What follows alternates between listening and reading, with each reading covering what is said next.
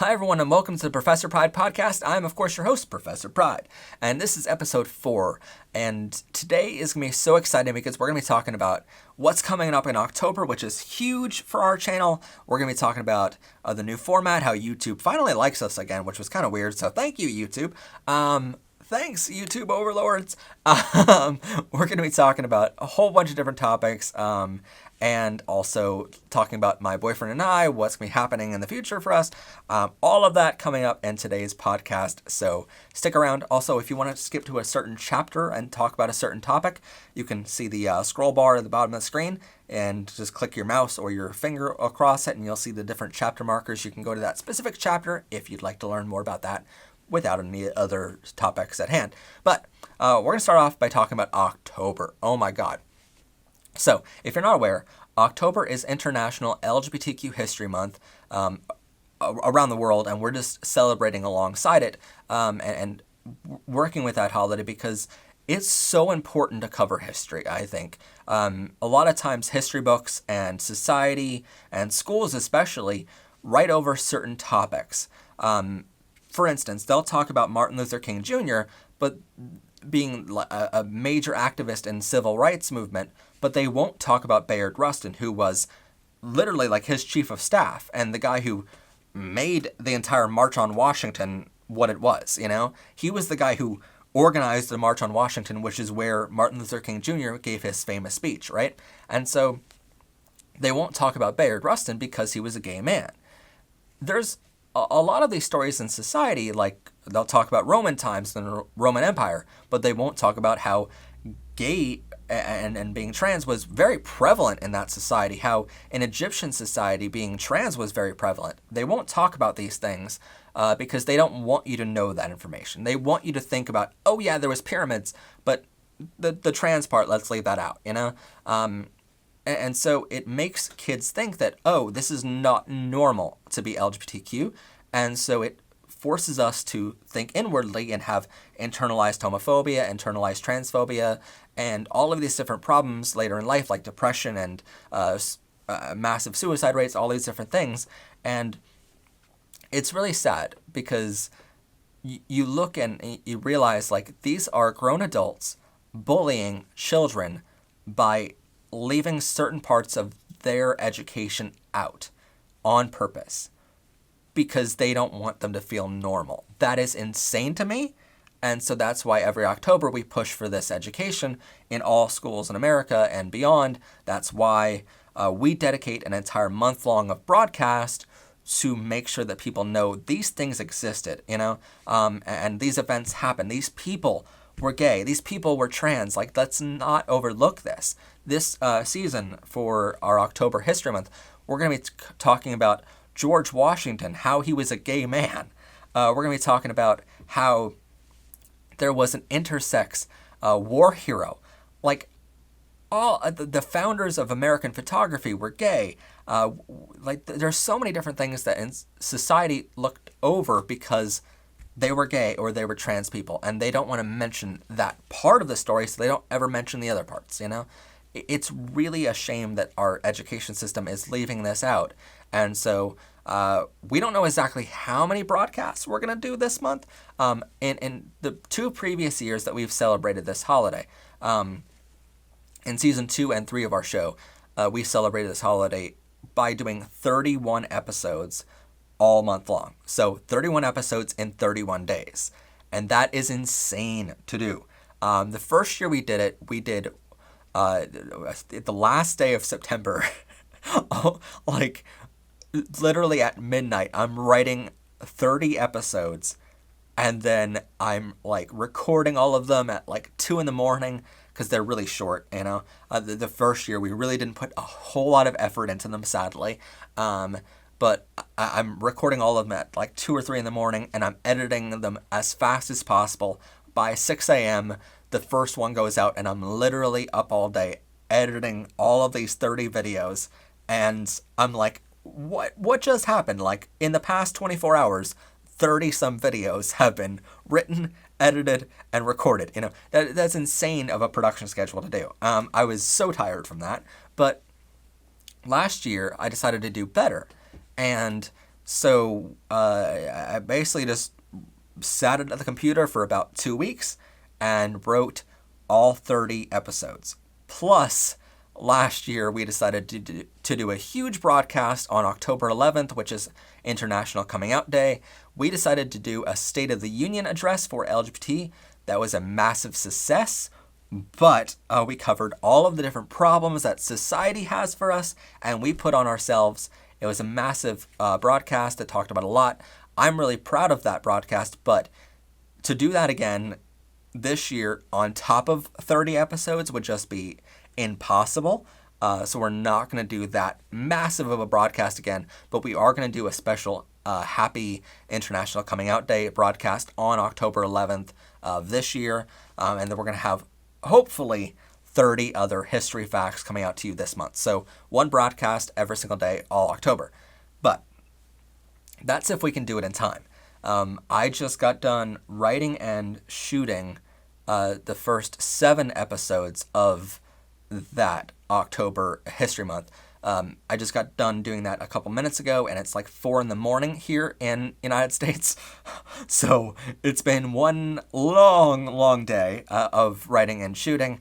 Tomorrow we're going to be editing the first 7, and it's like September, September 9th right now at 4 a.m. So I mean, there's a lot of work to do yet. We're nowhere near done. But I'm very lucky for the fact that we have more writers on the show now to help with that burden, because writing is definitely the biggest part of it, and the hardest part, the most time-consuming part. We're deeply appreciative of all of our writers on the show, and we have, Marissa, Sky, we have Chris, we have... I don't even know all their names anymore. There's so many that I'm so appreciative. I'm sorry if I'm forgetting your name. We just added Harriet to our team. There's just a bunch of people that are helping. So I'm really appreciative of how many people are really helping with this October. That sort of plays into a story later on about Michael and I, which we'll circle back to. I promise. We will circle back to it when I talk about that. But there's just so many history facts we're covering, and I'm so proud of it. Like I said, I don't know exactly how many broadcasts we're going to do this month. I'm hoping for 30. I'm shooting for 30. But in case time runs out, we might end up having a final week of October where we just have one major broadcast and one major story, and then we circle back to the other history facts later on, throughout the year. So, well, we might do that. That's a worst case scenario, but I'm hoping to get it all done in time. Because we have other things scheduled and being written for November already. It's like September 9th, and we're already thinking about November. Anyway, there's a lot of broadcasts. And we're at like 170. I just recorded episode 170 of our show for this season, this year. So it's like, oh my God, there's a lot of broadcasts that we're doing. So just, bear with us if we don't get every single broadcast done. Know that we're trying our best behind the scenes. With that, I also want to talk about, I want to talk about how YouTube likes us again, which is so weird. So, if you're not aware, a couple months ago, we attended a seminar by YouTube, and in that seminar, it talked about how to be a better creator on YouTube, how to, preserve your mental health on YouTube, how to, mostly the topic was how to help your LGBTQ audience more and how to be more inclusive, how to talk to an audience that is made up of many different people, many different pronouns, all different genders, all different sexualities. So how do you talk to an audience of that scale where you don't offend anyone? And it sort of had tips of, don't come on your broadcast and say, "Hi, boys and girls." Like, that's not the way to address an audience. It's because there's more than just boys and girls out there, And so I really appreciate one of our moderators on the channel, Rebellious Pastry, who says, "Hi, boys and girls and everyone in between." And it's like, it's so wonderful to be like, this, like, that kind of intro makes me so happy. So shout out to Rebellious out there. we have so many tips from that kind of meeting that we had with YouTube team and other YouTubers. We also got to network with other YouTubers, which was awesome. So massive thank you to YouTube for that meeting. And we're part of a lot of those meetings nowadays. Now that our channel is growing to like 60,000 subscribers, which, oh my God, I didn't even have a chance to like say thank you for 60. I think I just said thank you for 50. So, I mean, thank you in advance for that. And I know we're growing, you know? So it's a situation where YouTube's inviting us to more and more of these things, and it's great to see. But it's also like, during that meeting, there was a moment where they said to us, well, if you're getting really tired, if your mental health is really suffering, you don't have to make an episode every week. You don't have to make a video every week. YouTube's algorithm is apparently conditioned now where they are taking the creator's mental health in mind. And so if you need a break for a week or two, they told us that, YouTube's algorithm is not going to hurt your channel. It's not going to suppress your videos because you're not making new content for a week or two, right? Because the system realized that the creators are really suffering from this anxiety of having to create more and more and more all the time, There's this never-ending thought in the back of your head as a creator, especially when this is your full-time job like it is mine now. There's this constant thought of, if I don't make content, I don't have money for food this week, And so you need to make more and more and more. It doesn't help your mental health when you do a month like October where, you provide 7 episodes a week, 1 video per day, and all of a sudden you do so much better, right? And the numbers go insanely high for the month. And then you're like, well, basically what YouTube is telling me is they just want content. They don't care about the quality of the content. They just want content. And it's kind of sad, And that sort of plays on your mental health a lot. Of the more I create, it doesn't matter how good it is. The more I create, the better my numbers are, But for a show like ours, we always want to hit that high bar of quality because we understand this broadcast is not just going out to people watching on their phones at home. This is going out on television. This is going out to plenty of different school districts being watched on projectors in their classroom. Like, we have to realize the quality has to be up to that level. And when you're trying to do broadcast every day to that level, you burn out. And it leads to a lot of YouTubers burning out. And so they do these sort of seminars to help creators understand, here's how to deal with that burnout. And so they said to us, you can take a mental health week if you want. And it's funny because right after that meeting, we had a couple weeks of content ready. And with my boyfriend now, I've sort of been taking a couple days off a week. And I look at this as a full-time job. So I'm working 40 hours a week on this. But after that 40 hours, I clock out. I go to my boyfriend's house, or he comes here, and we just enjoy our time together. And I don't think about YouTube at all. I'm not reading 100 comments every morning like I used to do. I used to have to approve of every comment that came in on the channel. That is insane. They talked about how you should limit the amount of time in the morning for your own mental health of how many comments you're reading, and let your audience moderate the comments for you and help you with that. And so our moderators have done an incredible job on this. Our audience has done an incredible job on this of helping moderate that. There are some comments I never get to. There's some comments that I respond to, and people are still amazed that I respond to comments. And I'm like, yeah, I try to respond to as many as possible. I spend 20 minutes every morning responding to comments, and then I clock out, So I still do that. Please be aware. I might respond to your comment if you leave it. That still happens. I never want to get away from that because I want to be connected to my audience. Because this is a classroom. I am a teacher. I'm supposed to be connected to my students, But with that talk, a couple weeks later, everyone went back to school. And when people went back to school, all of a sudden, the views for this channel plummeted. We're talking from 10,000 views a day to like 2, 3, maybe, if that. It was bad. So going back to school, we knew it was going to hit hard. We knew, hey, people are going back to school. They're not going to be on YouTube on their phones as much. We understood that. We completely planned for that every year because I know it's going to happen. And then we also didn't have a couple episodes. We had a couple episodes edited, ready to be uploaded to YouTube, but I wasn't in town for a couple days because I was with my boyfriend, and all of a sudden I get this email from YouTube and this notification that's like, keep in mind, like, I have broadcasts ready to go online. I just didn't upload them yet. And I'm still a couple days away from needing to upload them, so I'm perfectly fine.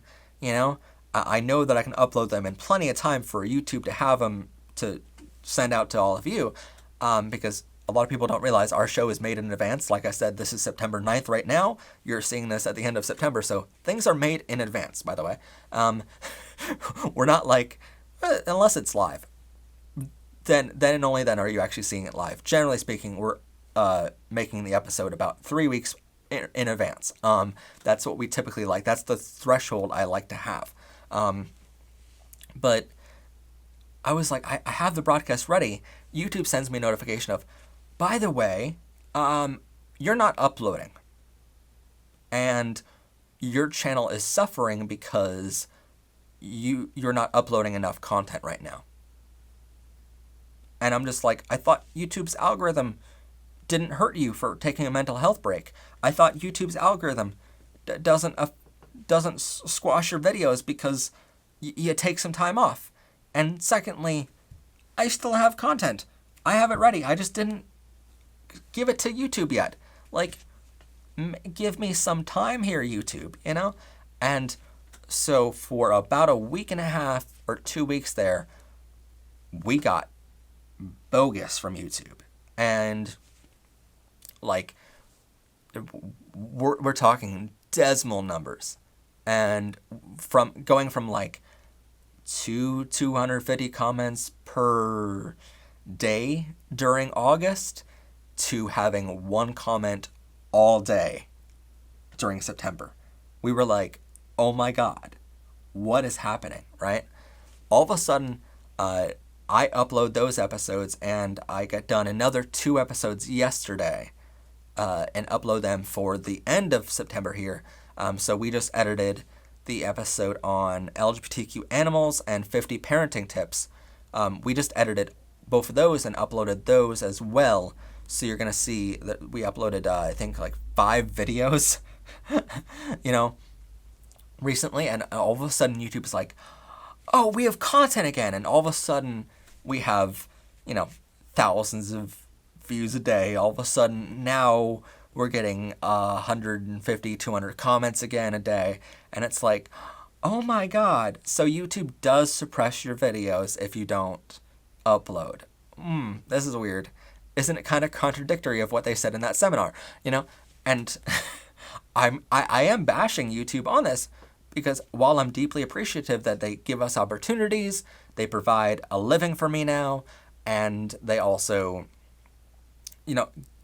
allow us a way to get this information out to a mass audience.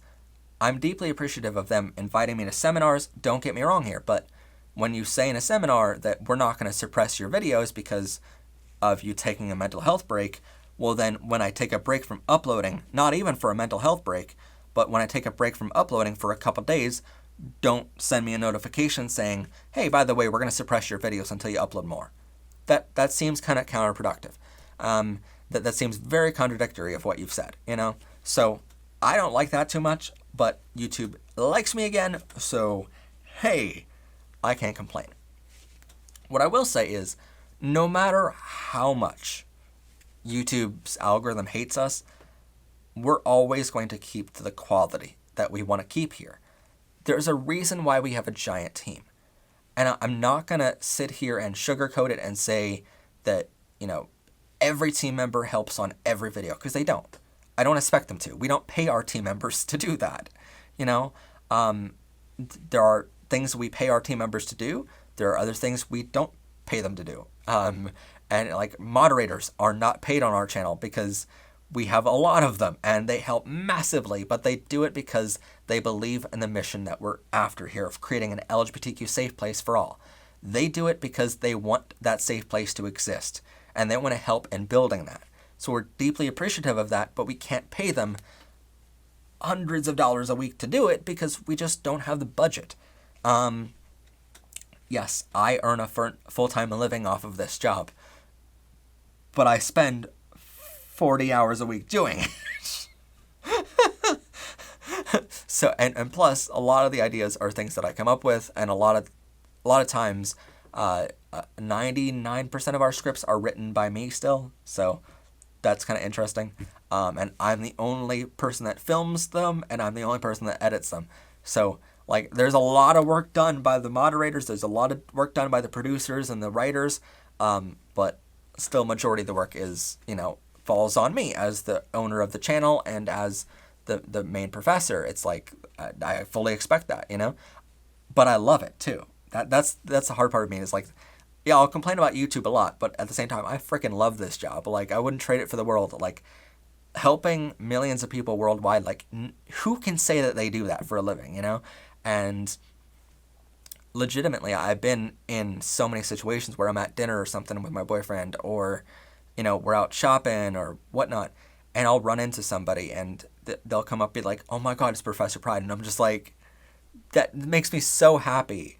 I've signed things for fans before. I've met fans out in public, and it's just, that's what warms my heart so much. I know from the people that I've met that we're making a lasting change for the world for the better, and that's just the few I've met. And you sort of realize that, hey, this is the handful of people I've met, but there's 3.9 million people that have watched my videos. Like, imagine meeting 3.9 million people. Like, that's, like, multiply how many people I've met by 3.9 million. And it's like, it's so incredible. So, yeah, with the courses that we're doing, even though YouTube might be hounding me at the door of, we want more content, I don't care anymore. For a day or two there, it really got to me, because here's YouTube contradicting everything they just got done saying in a seminar. That's what really bothered me. Not the fact that YouTube sent me a notification. It bothered me they contradicted themselves. And it bothered me that their emails don't reflect the care for their creators' mental health. That really bothered me. But after a day or two, I realized I don't care about YouTube's algorithm anymore. I'm just going to provide content that I know is worthy. And so we're still going to keep to the same quality standards as we've always done. But a little while ago, we started doing a new format on the show. If you haven't noticed this entire broadcast, I'm in a dress shirt. Typically, I'm wearing a tie for the main episodes and stuff like that. And that's all thanks to Michael, my boyfriend. So a couple weeks ago now, we're in the car ride, and he's like, honestly, honey, there's one suggestion that I do have, and I hope you don't mind, but you're in a t-shirt for a lot of the episodes. And as an educator and as a legitimate professor, you should look a little more professional than just some friend that these people have, And I'm like, okay, so what do I wear then, And we started talking about it, and we came to the conclusion that I should start wearing a tie and a shirt and tie. And it's like, that does look more professional, and I hope that people have noticed that. I hope people like that more, and I hope that makes the show more credible, because we want to be credible. We list all of our sources in the description all the time. We ask people, like, if you don't believe us, check everything we said. Every single word I've said on the show, check it against, like, whatever fact checker you want. I know it's legitimate, And so it's one of these situations where, like, a very small comment by him really does help the show.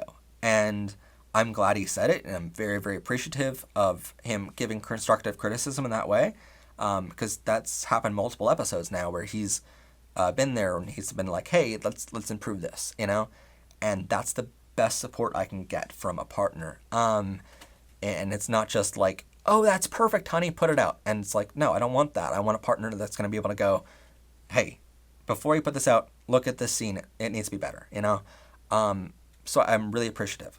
So with it, I decided, why not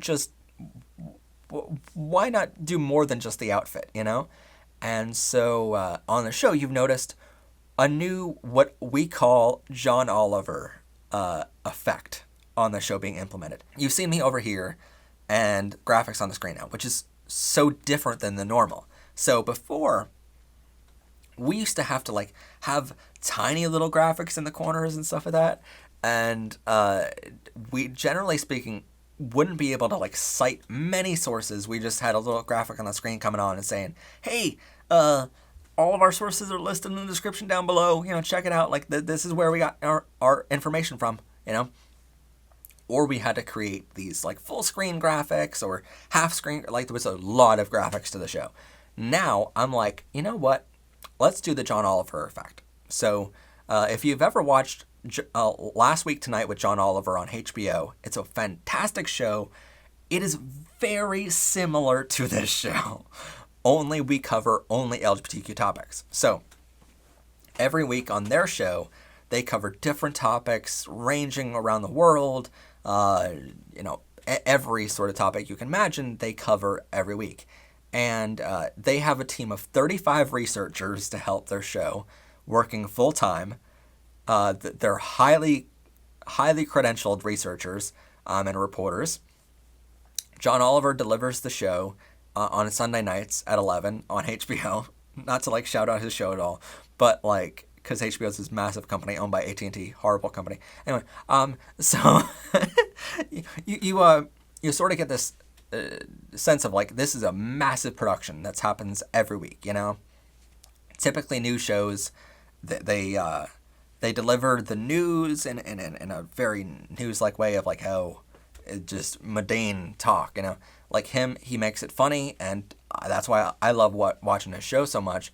But when it goes out, you can tell that there's a very different standard for his show than most of the other nightly shows that make fun of the news or whatever, right? And even in our little skits that we do, our season trailers every year, our season 3 and season 4 trailers have very much been modeled off of trailers that Last Week Tonight did, of this narrator talking back and forth between the host, and making fun of the show, and then the host is like, hey, don't make fun of me, Very much that same premise we applied to our show for our trailers, because I really like that style and I like some comedy involved. And so one of the major things that Last Week Tonight also does is at the end of almost every episode that they have a huge payoff at the end to their entire story. And so while you can have little tiny jokes along this storyline, at the very end you have this massive payoff. And I love it because typically it's this narrator coming on with a bunch of stock footage and being sort of like we did in our previous episode now of tobacco, LGBT tobacco use, right? And at the very end of what was it, 20 minutes of me talking about how horrible the tobacco industry has been to LGBT people over the years, right? At the very end of that, very, hard-hitting talk, and with all these facts and figures, then at the very end, you have this payoff of this comedic sketch of me basically saying, hey, tobacco companies, we know that it's hard to quit cold turkey, but just lay off us, basically, and stop coming after LGBT people.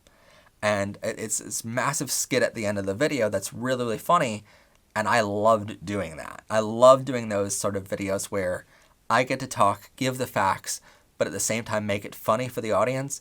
And I think that's something our show has been lacking for a long time, is I just been stuck in this, honestly, rut of making episodes a certain way every single week, And It's just been, let's get out the facts, let's get out the story of how it happened, and that's it. And I've sort of just fallen into this routine of that's the way things are done around here, and it's sort of been getting boring for me at the same time of, well, now I get to write, some comedy. Now I get to write a couple jokes in here that make it a lot more fun to record and to edit, and it also makes it more fun to watch as a viewer. Because at the very end of editing, I always watch one last time as a viewer to make sure it's funny, to make sure it's a really good quality, But that new format allows us to do a lot more graphics on screen to show you, here is where we got our information from. Specifically, here's the direct quote. If we're quoting something, here's a picture of that person that we're talking about. Here's a picture of that animal we're talking about in LGBT animal episode. It allows us a lot more flexibility in how our graphics are done, and a lot easier way to do graphics, if I'm being honest. So it makes the process a lot faster for us. And then it also offers this way to, we can put a joke in here. It's okay. There are certain topics we're never going to have jokes in, like when we're talking about parenting advice. That's not an episode you really want a bunch of jokes in. That's an episode where we have to be serious in order to look as professional as we need to look in that moment. But there are going to be episodes where it's like, the tobacco industry came after us and they've killed millions of people. Like, they deserve some people making fun of them for once, and hitting them back a little bit, like they deserve that. And so you sort of have this thing of like certain episodes are going to have the funny moments, like our animals episode. That was kind of fun to have this big payoff at the end of like, hey homophobes, we've already taken over your media, and by the way, the Lion King and the Paw Patrol, they're all gay, and if you don't back off, we're going to throw our feces at you. It's so much fun to make that kind of payoff, and it's so much fun to like look at the amount of footage that we use, and we're like, wait, did we just really confuse Google this much by asking for like footage of the Geico commercial and Paw Patrol, and then asking for chimpanzee throwing their feces at people footage? Like, that's a really weird combination, And looking back on our download history, it's kind of funny sometimes, I'll admit. So it's become a lot more fun for me to make episodes now, and I think that's going to pay off into the broadcast that you're watching. I think a lot of people will notice that sizable difference in how happy I am making the episodes. Because now that it is a full-time job, I don't want this to feel like a job. I don't want this to feel like it's just something I gotta do to live, Like, I want it to feel good. I want it to feel like I'm happy and I'm excited making this. Not just, like, and what you don't realize is, and I guess the hard part for me to describe is, in the research process, that's when I have the most fun. Doing any of these topics, it's like you look at the board of what topics we have coming up. The most fun part for me is researching this, because I get to learn so much. I don't put any episode in the lineup for what's going to happen in the next couple months. Even for our writers, I don't put an episode topic there if I'm not genuinely interested in what that topic is. And because I feel like it's disingenuous of me to make an episode just for someone else. Like, I want to learn just as much as you on these things. And sometimes it's harder to find the information than others, but I want to learn right alongside our audience. Now, I am only including like 1/10 of what I learned from a topic into an episode because I'm getting the best of the best information, but it's a system where I want to learn and I want to be excited doing it. And I'm always excited about the research part, but when it comes time to recording an episode, I have noticed there's a certain level of, oh, this is the 100th time I'm reading this script out because I've written the script already and I've read the research leading up to the writing of the script part, And so by the time I'm rehearsing the script, like, it's already the 100th time that I'm reading the script over. And then I finally get to record it after a full rehearsal here in the studio.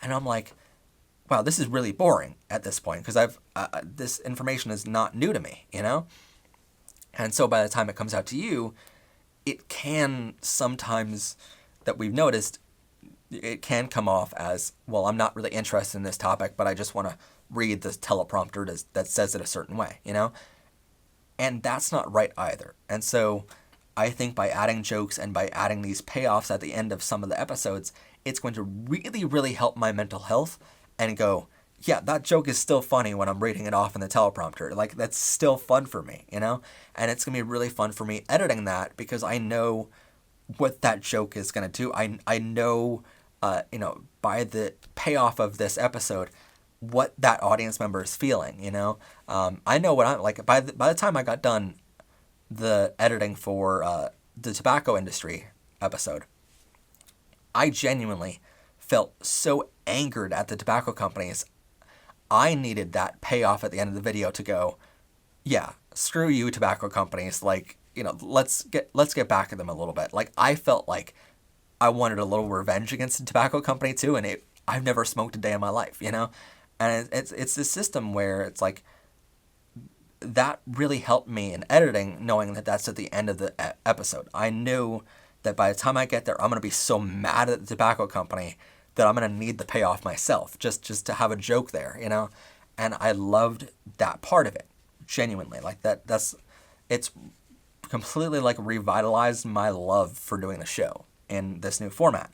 And yeah, people might say, hey, Matt, you're kind of like copy and pasting the whole format of Last Week Tonight. Okay, like, let's be clear here for the lawyer purposes. We haven't copy and pasted anything. A lot of shows have the same sort of things with the graphics. We're just taking the best parts of all of them and combining them. But we do our show specifically on LGBTQ topics, which no one else out there is doing. So hardy har har, we think we're doing it best. And that's what I'm talking about with the quality of the show.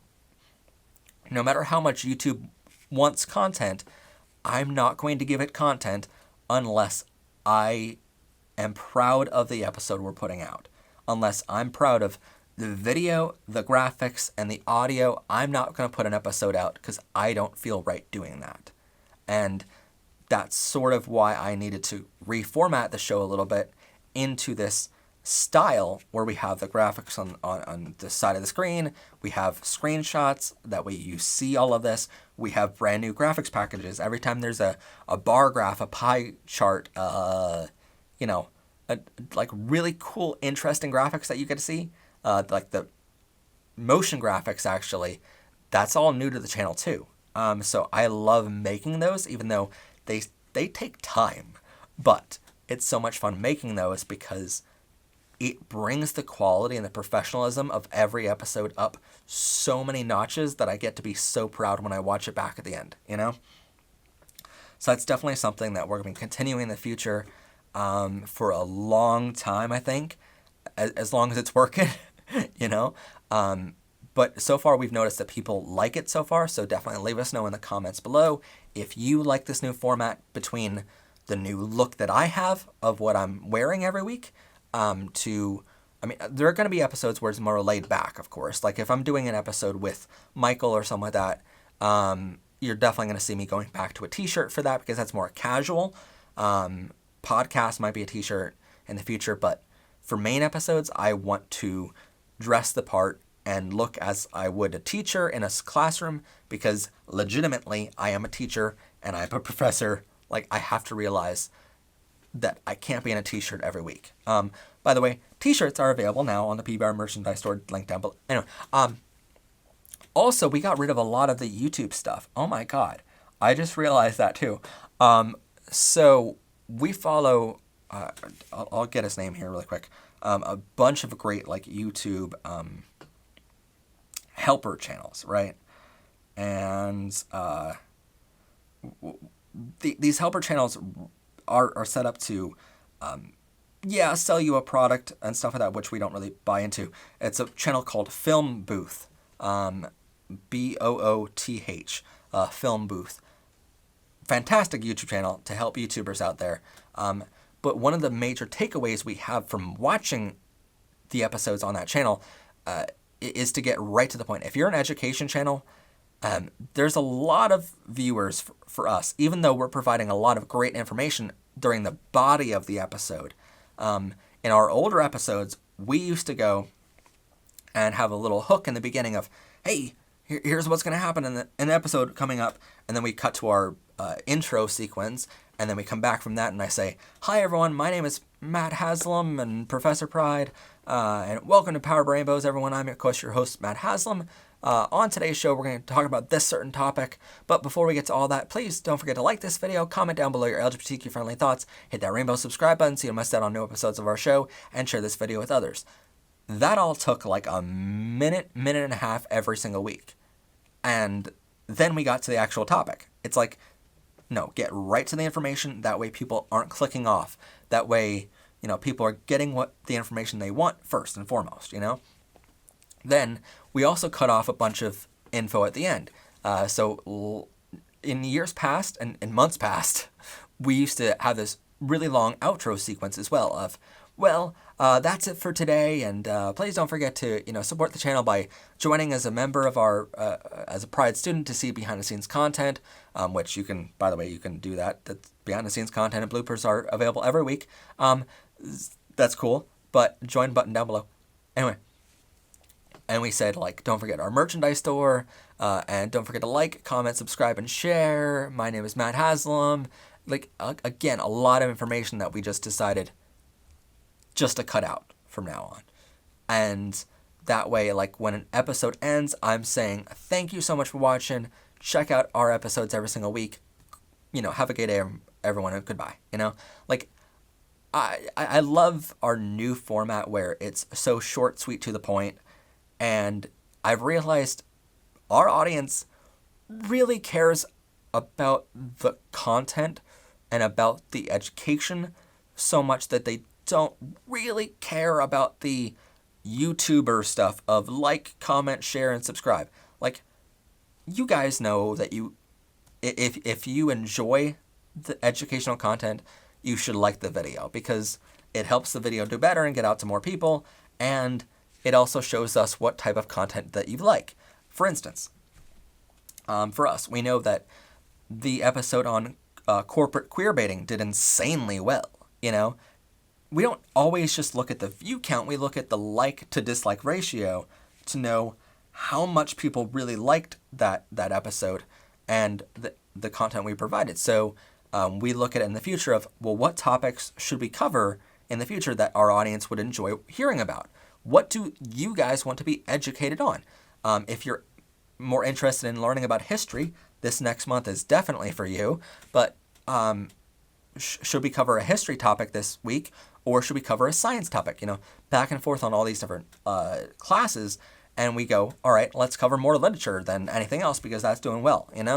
This is what our subscribers want to hear about.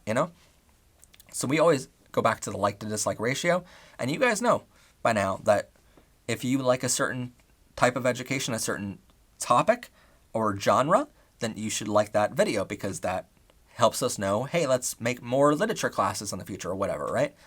Just for one example there. People know that you can subscribe. That's the thing you can do on any YouTube channel. People know that, you can share the video with others. People know that you can comment down below your LGBTQ-friendly thoughts. We're not going to put up with homophobic or transphobic comments. We're going to make this a safe place for all LGBT people to be. People know all that. We don't have to put that on the bottom of every video. We don't have to put that and take a minute and a half from every intro and a minute from every outro to say that, So before it was a situation where our episodes were running long compared to what I wanted them to be, just because we had 2.5 minutes of fill, of blubber that was oh yeah, we can cut the fat on this and still have a great episode, And I think people have recognized that we've cut the fat on our episodes and gone, let's get right to the point, and let's talk about what you came here, what you clicked on to talk about. And I love that new format. I hope you have all noticed that. I hope you like that new format a little bit there. I hope you don't mind us trimming that kind of stuff off. And I haven't really noticed people liking the video less than they did before. I didn't really notice any people not subscribing or sharing as much as before. So it's if people are going to continue to do what they're supposed to do on YouTube to help the channel, and to let us know what kind of content you want in the future. If people are going to continue doing that, I don't need 2.5 minutes on every video to remind them to do it, And it's got so tiring of having to say the same thing every week, time and time again. And I'm like, this is just more time on my part, and it's also just more time on your part that you have to watch in order to get to the education that you came here to see, So I think that was a very needed thing on our channel that we got rid of, thanks to the amazing advice of Film Booth. So huge shout out to their channel, and thank you. Now on to our sort of final topic for today's podcast. It is, like I said, I'm going to circle back to this a little bit later on of this story. The reason why we are starting to, get more team members, and first off, thank you to every new team member out there that's reaching out to help us. It might take us a week or two to get back to you because, we have a lot of work to do behind the scenes, and sometimes getting you the appropriate information takes us a minute. But honestly, it's a situation where nowadays I'm not here in the studio. So for those who don't know, this is literally the basement of my home that was taken over. We built a TV studio that's a professional TV studio. Legitimately, our cameras and everything can go on live television nationwide at any moment if we needed to. That's the level of this studio. That's what we built it for. And we also knew that episodes for us, they are legitimately broadcast on projectors in school. We wanted this quality of a video studio, but it's so big of a studio that I can't take it many places with me. So I come back here to record and to edit my episodes now, but for the most part, my episodes are written on a laptop or a phone up at my boyfriend's house, and I'm up there 4 or 5 days a week. Sometimes. Recently I've been up there a lot. But it's a situation where I'm not going to be here as much in the studio because things are going so well elsewhere in my life. And I sort of I gave myself some time here to enjoy having a boyfriend, being with him, because I've spent legitimately 28 years of my life, 28 years, 51 weeks of my life without that love, and I've spent all that time, I've been with other guys in the past, and even when I was in those relationships, like I said, the first boyfriend I ever had for 3 months cheated on me and was abusive to me, physically and mentally. And then I quickly got into another relationship for 2 weeks. That guy cheated on me.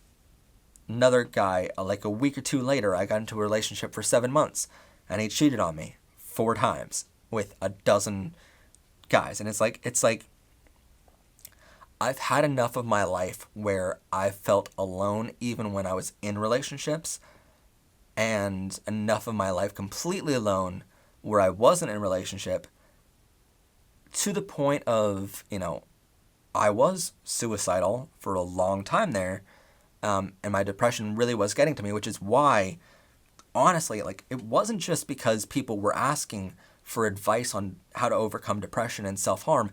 It wasn't just because of you guys that we created an entire series on this channel called 110 Tips to Overcome Depression and Self-Harm.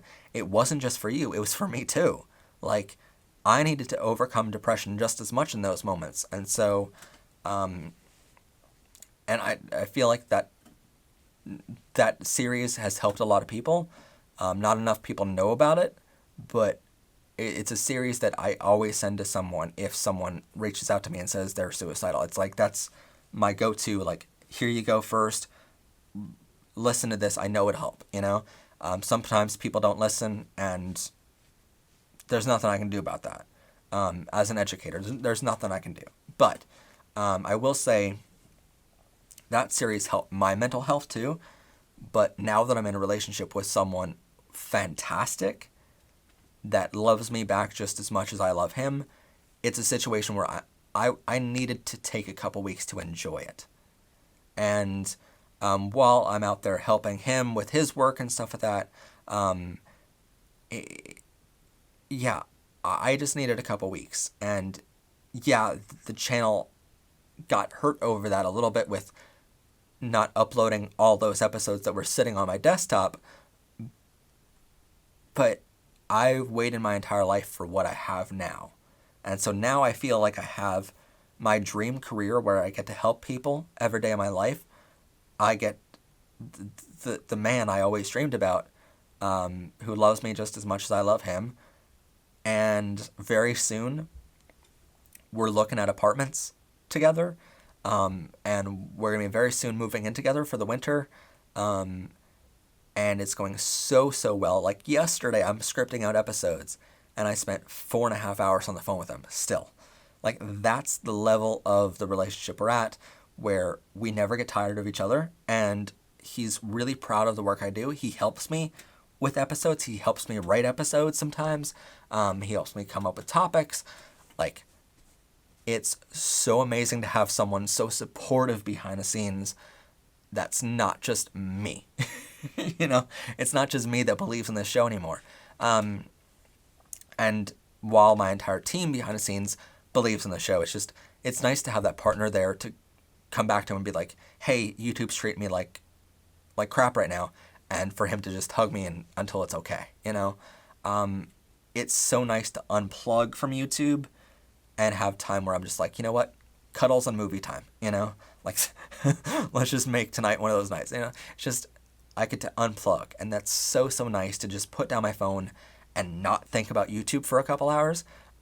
So a definite thanks to the rest of the team who've picked up that slack of especially our moderators on the Discord channel, because they've really picked up the slack and been like really helpful, and said, you know, hey, you go enjoy yourself.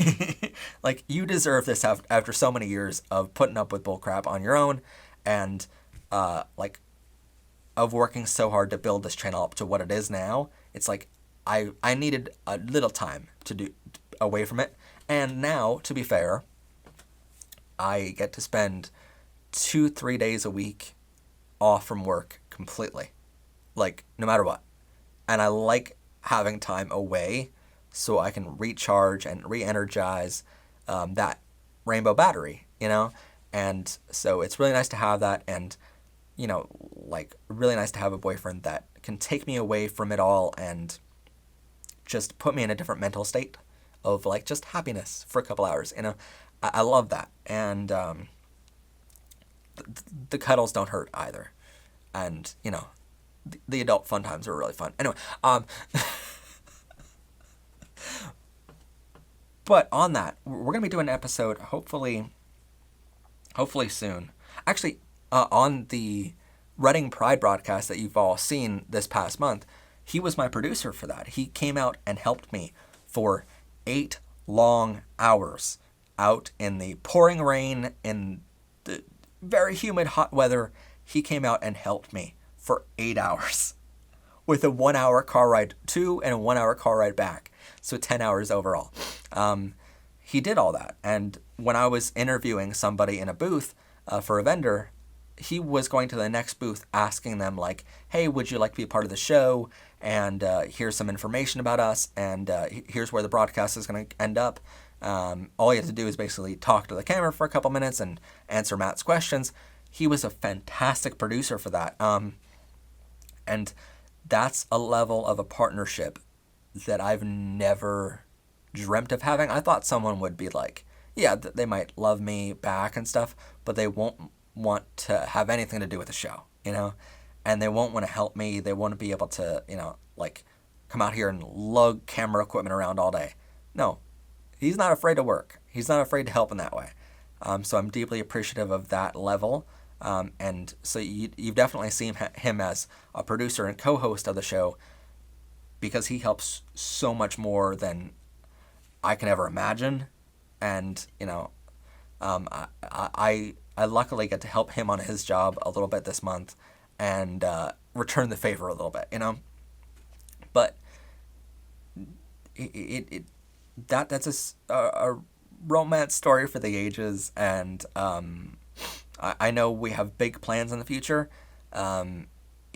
If it comes to a point where we get married, which I'm hoping, then we are definitely broadcasting that, by the way.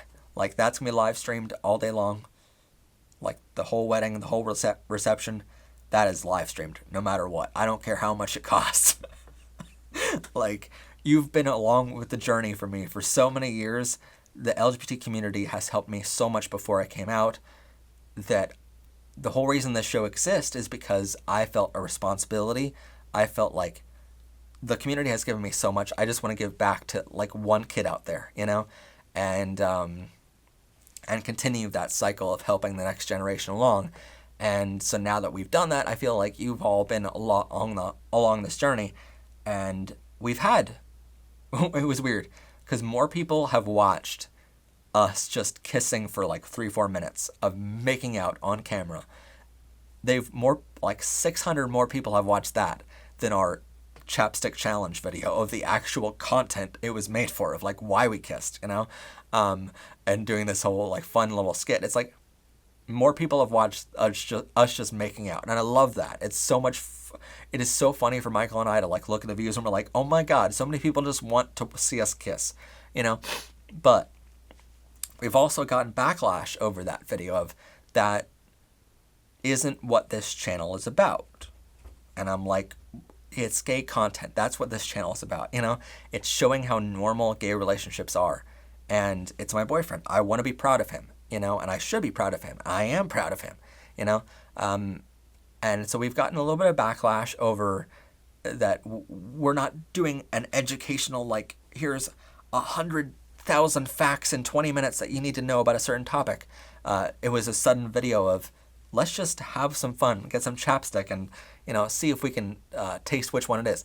Like, it's something that gay YouTubers do a lot, gay couples do on YouTube a lot, but I just want to have some fun, and I'm not going to apologize for having some fun on camera. There's a certain level of our relationship that this show will never enter, like, I'm not going to vlog on a date because it's a date. It's supposed to be my time away from work, and it's supposed to be my time with just Michael. But at the same time, it's like, yeah, if we want to do an episode together, if you don't like that kind of content, you don't have to watch it. I'm not asking all of our 60,000 subscribers to watch Michael and I make out. That's not what I'm asking from you.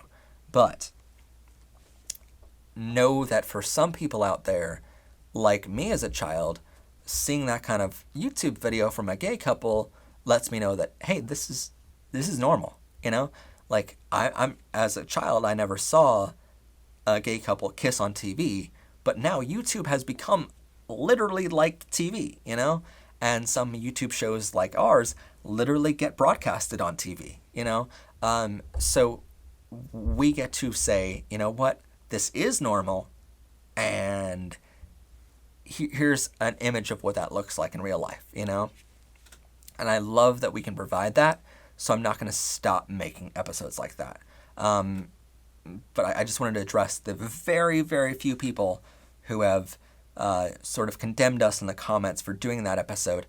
I'm not going to apologize for it. I had a lot of fun doing it. I basically had an excuse to make out with my boyfriend for an hour. That was very fun for me. If you don't know this, I kind of like kissing my boyfriend. Just gonna say it. I love it. But yeah, it's something where, yeah, sometimes we play into the cliches of this is what other people do, but, I hope that we provide a new way of doing it. I hope that we provide enough unique content that keeps people around. But hey, if there's one person that wants to unsubscribe because I kissed my boyfriend for an hour, okay.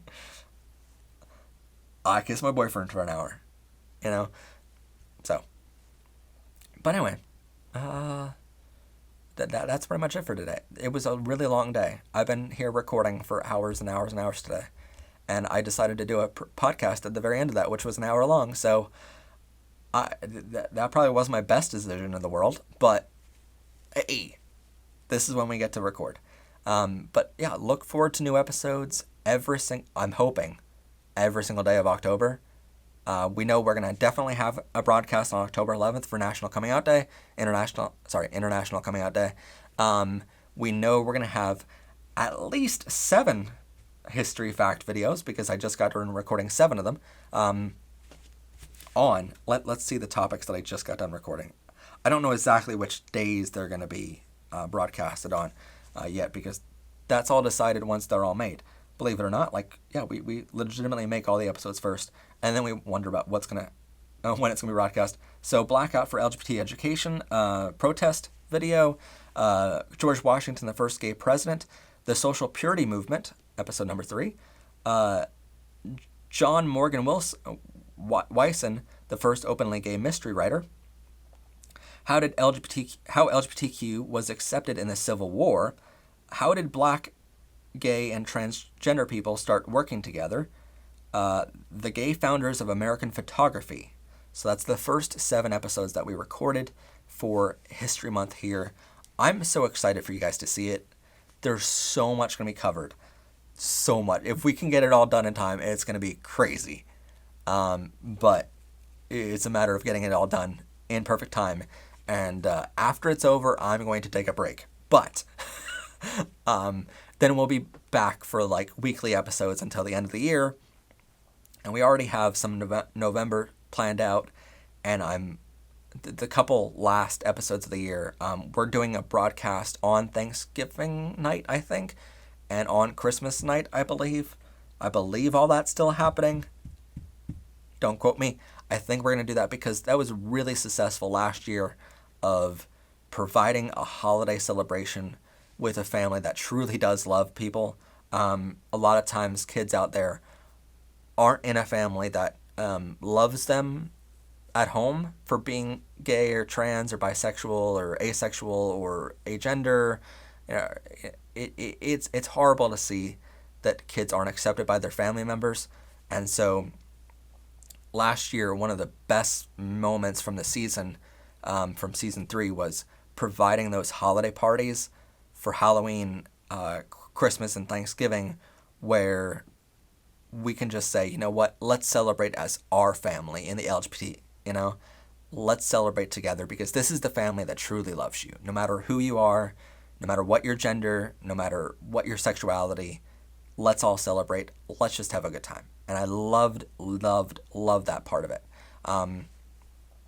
And I hope Michael's going to be a part of those broadcasts this year.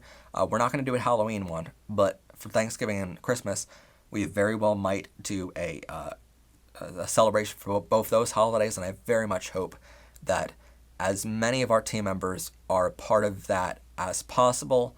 I'm hoping for one big party here where all of our team members get to be on camera, but that's all still to be planned out because we're still working on October yet, and it's only September, so we have lots of time to figure out November and December. But it's going to be an exciting, last 3 months to the season, and then we get ready for season 5 starting in 2022. It's going to be crazy. But we have so much planned. Please, if you haven't already, you know by this point, you should like the video. You should comment down below your LGBTQ friendly thoughts. Hit that rainbow subscribe button so you don't miss out on new episodes of our show. And share this video with others. As always, I'm your host, Professor Pride. Have a gay day, everyone. And bye for now. Love you all.